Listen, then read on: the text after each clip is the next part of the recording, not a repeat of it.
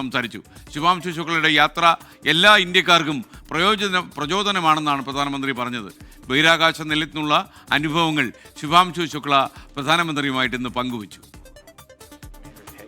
അന്താരാഷ്ട്ര ബഹിരാകാശ നിലയത്തിലുള്ള ശുഭാംശു ശുക്ലയുമായി വീഡിയോ കോൺഫറൻസിംഗിലൂടെയാണ് പ്രധാനമന്ത്രി നരേന്ദ്രമോദി സംവദിച്ചത്.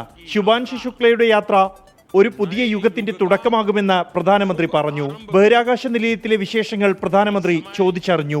ബഹിരാകാശത്തു നിന്ന് നോക്കുമ്പോൾ ഭൂമിക്ക് അതിരുകളില്ലെന്നും ഇന്ത്യ മനോഹരമെന്നും ശുഭാംശു ശുക്ല. തന്റെ ആദ്യ പരീക്ഷണം വിത്തുകോശങ്ങളിൽ ആകുമെന്നും ബഹിരാകാശ നിലയത്തിൽ ഉറക്കമടക്കമുള്ള നിസ്സാര കാര്യങ്ങൾ ഏറെ ശ്രമകരമെന്നും ശുഭാംശു പ്രധാനമന്ത്രിയോട് പറഞ്ഞു.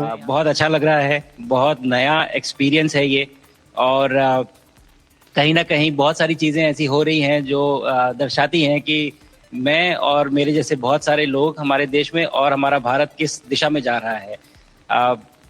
ये जो मेरी यात्रा है ये पृथ्वी से ऑर्बिट की 400 किलोमीटर तक की जो छोटी सी यात्रा है ये सिर्फ मेरी नहीं है. मुझे लगता है कहीं ना कहीं हमारे देश की भी यात्रा है. बिकॉज जब मैं छोटा था मैं कभी सोच नहीं पाया कि मैं एस्ट्रोनॉट बन सकता हूँ. രാജ്യത്തു നിന്നും അകലെയെങ്കിലും ശുഭാംശു ഇന്ത്യക്കാരുടെ ഹൃദയത്തിലാണെന്നറിയിച്ച പ്രധാനമന്ത്രി ആക്സിയാൻ 4 ദൗത്യത്തിന് മുഴുവൻ ഇന്ത്യക്കാരുടെയും പേരിൽ ആശംസകൾ നേർന്നു.